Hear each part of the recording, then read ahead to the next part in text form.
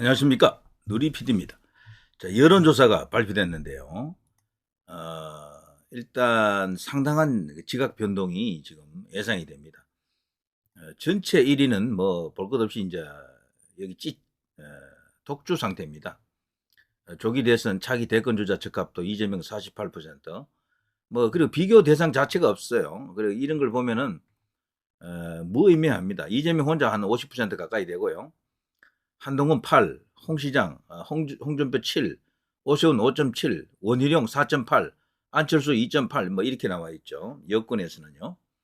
그 야권에는 뭐 김동연이가 한 5 정도 나오고, 김경수 이제 조금씩 올라오고요. 한 3%뭐 이 정도 수준입니다. 그 밖에 뭐 주목할 건 없고요. 자, 넘어갑니다. 이걸 이야기하려고 하는 게 아니고요.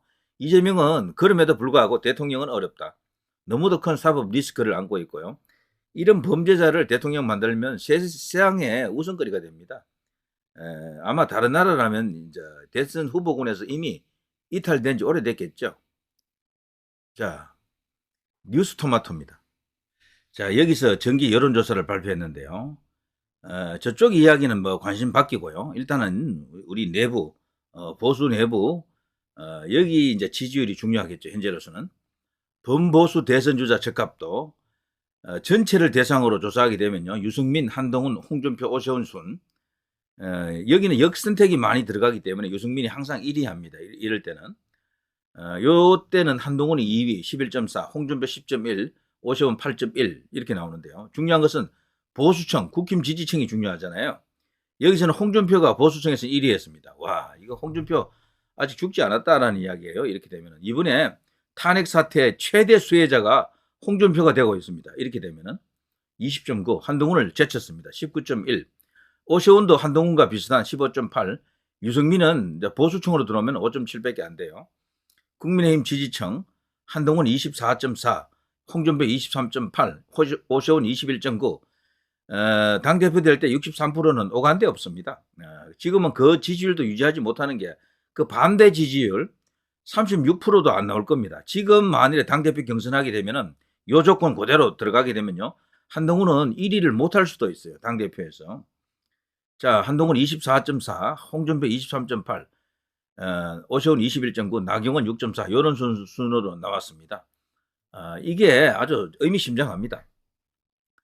그리고요, 전체를 대상으로 했을 때는 안철수 6.6, 이준석 5.9, 나경원 2.7 이렇게 나와 있죠.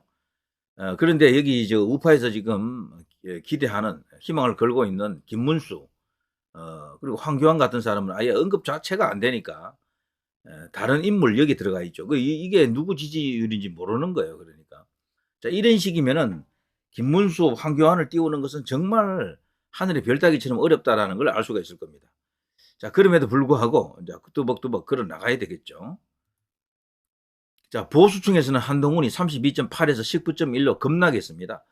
대폭락이죠. 한동훈은 사실상 끝난 것 같습니다. 제가 볼 때는. 이렇게 떨어져 가지고 다시 올라오는 사람이 없어요. 한동훈의 최대 강점이 최대 약점입니다. 한동훈의 강점이 뭐였습니까? 프레시함, 스마트함, 뭐 이런 거, 신선함 이런 거였잖아요.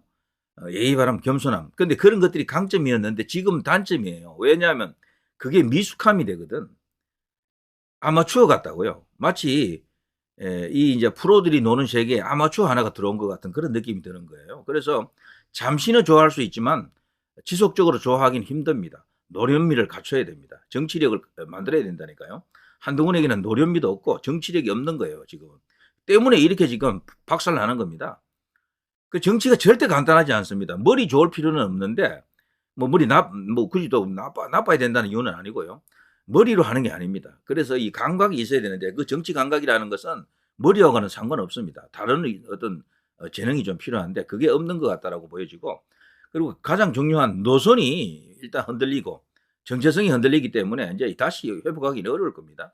이번에 윤 대통령과 각 세우면서 제일 큰 수혜자는 홍준표, 제일 큰 피해자는 한동훈. 이 탄핵 전국의 탄핵 정변이라고 할까, 이 사태의 최대 수혜자가 홍준표가 된다라는 게 아이러니합니다만, 이게 왜 이런가 하면은 홍준표가 그동안 한동훈과 가장 각을 세웠기 때문에 한동훈에서 빠진 표들이 홍준표로 많이 가는 겁니다. 이게 쓰고도 준치라는 말이 있는 것처럼 그렇게 되는 거죠 지금.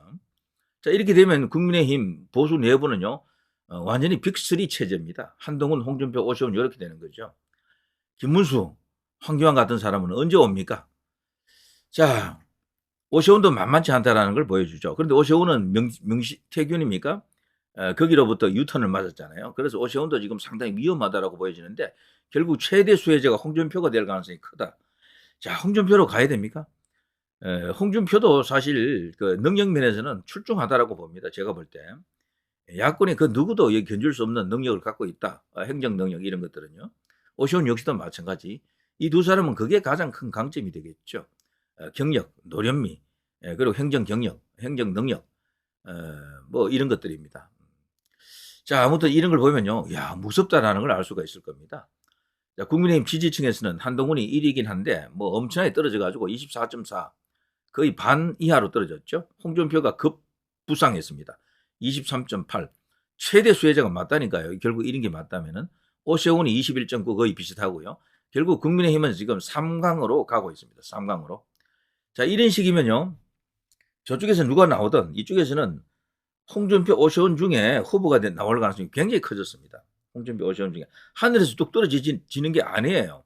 하늘에서 대통령을 낸다 자고 그러는데 윤석열 대통령 같은 경우는 그런 느낌이 조금 들 수도 있습니다. 검찰총장 하다가 바로 대통령이 됐으니까 이런 케이스는 다시는 없겠죠. 그거는 그때 당시 시대 상황이 그렇게 만드는 거고요. 지금은 그런 상황이 아닙니다. 그래서 지금은 꾸준하게 처음부터 이렇게 여론조사에 잡히고 거론되는 사람들 중에서 새가 만들어지고 후보가 나오는 겁니다. 이 정도 이런 여론조사가 계속 발표됐잖아요. 한동훈은 5번 여론조사에서 전부 다 한 자릿수네. 7.1, 8점 몇 프로, 9점 몇 프로, 7%, 이번에 또 8% 나왔잖아요. 그러니까 7, 8, 7, 8 뭐 이렇게 오가는 거야. 이러다가 더 떨어진다고요, 저거 지지율이. 그러면 이제 오세훈 밑으로 떨어질 겁니다.